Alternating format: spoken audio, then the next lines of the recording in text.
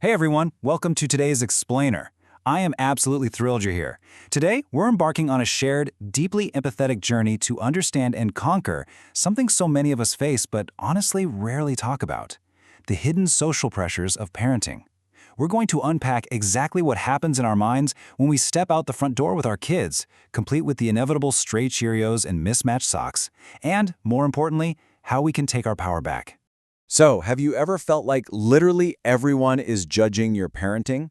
If you have, I want to instantly validate that feeling for you right now. You are not alone. That incredibly isolating experience of walking into a grocery store or a playground and feeling an imaginary spotlight of judgment bearing down on you, well, it is completely normal. But we don't just want to accept that feeling, right? We want to understand it. Okay, let's dive into this. We're going to hit 5 key areas today: the survival malfunction, the greenhouse effect, trigger points and impact, in-the-moment strategies, and finally, rewiring your anxious brain. Starting off with part 1, the survival malfunction. You see, social anxiety is essentially a malfunction of your brain's ancient survival instinct. Your brain is reacting as if you are facing a literal, life-threatening physical danger.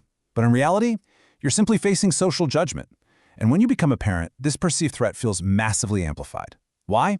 Because you're no longer just protecting your own image, you are actively protecting your child's.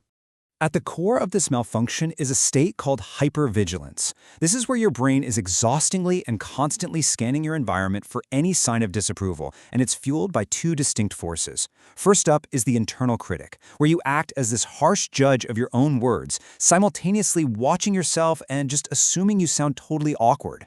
And second is the spotlight effect. This is where you wildly overestimate how much people actually notice you. You might be agonizing over your kid's public meltdown in aisle 4, while everyone else is honestly just wondering what's on sale. Moving on to part 2, the greenhouse effect. So, the unique environment of parenting acts like a greenhouse, magnifying all these baseline anxieties. And this greenhouse is heated by 3 unavoidable, really intense pressures. First, vicarious embarrassment. When your kid is loud or messy, your brain instantly signals failure, basically treating their behavior as a direct reflection of your character. Second, the new social world of forced interactions. There is no escaping these. You're suddenly thrust into school gates, teacher conferences, doctor visits, and play dates with parents you might not naturally click with. And third, the comparison trap. Seeing those seemingly perfect, perpetually clean families at the park or online, it constantly reinforces that nagging fear that you are being negatively evaluated. It's a perfect, high-speed storm of pressure. Which brings us to part 3, trigger points and impact. And this brilliantly illustrates how mundane events actually mask these paralyzing internal fears. Think about the school run. Your internal fear is probably screaming, "Do other parents think I'm weird because I don't talk much?" Or what about public tantrums? Your brain insists, "Everyone thinks I have no control. They think I'm a terrible parent." At medical checkups, we panic, "Is the doctor judging my lifestyle choices?" And at formal events, it's just this constant loop of, "Can I keep my child quiet enough to not be noticed?" The contrast between the simple public situation and the heavy internal fear is just staggering. But here is the critical, truly heartbreaking pivot point we have to recognize. If left unmanaged, this anxiety fundamentally changes how we care for our children. We start narrowing their world, subconsciously avoiding busy parks just to keep our own panic at bay. And worse, we risk emotional mirroring. Kids are highly sensitive barometers of our energy.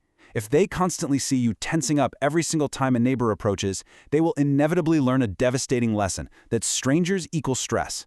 They literally learn to fear the outside world simply by watching us. So, what do we do about it? Part 4, in-the-moment strategies. I want you to remember this mantra. Children are allowed to be children in public. A loud child is not a sign of a bad parent. It's just a sign of a growing human. When anxiety hits, you need to use the focus outward method. Stop looking at the crowd. Tunnel your vision entirely onto your child. Focus on their immediate needs: a hug, a snack, maybe a distraction. You have to prioritize the child, not the imaginary judges. To get through those panic moments, here are 3 deeply practical grounding tools. Number 1, the safety script. Prepare 3 standard sentences for small talk, like commenting on the weather or the chaos of the morning rush. This super simple act reduces the mind blanking that anxiety causes.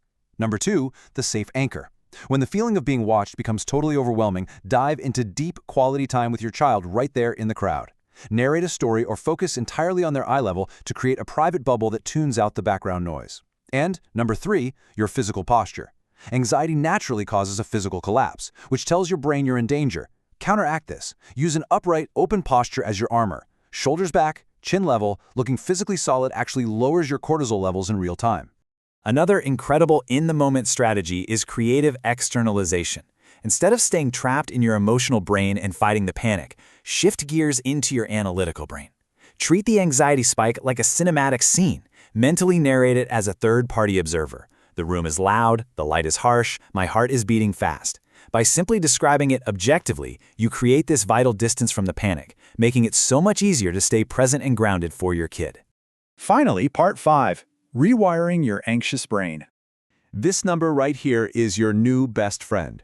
2. We have got to reduce comparison noise. You know, social anxiety is so often fueled before you even leave your house by perfectly curated parenting feeds that set a baseline of not being good enough.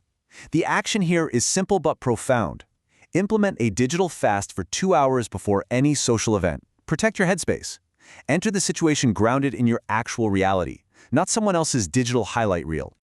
Let's see how this builds into the neuroplasticity factor. Step 1 is just understanding the concept. Just as it takes roughly 21 days to form a habit, it takes consistent effort to actually shrink the amygdala, that's your brain's fear center. Step 2 is the action. Daily micro exposures. Try choosing one small, slightly uncomfortable social action each day for 3 weeks. Give a brief greeting to a neighbor. Ask a store clerk a question. Over time, your brain slowly and miraculously replaces that threat signal with a safety signal.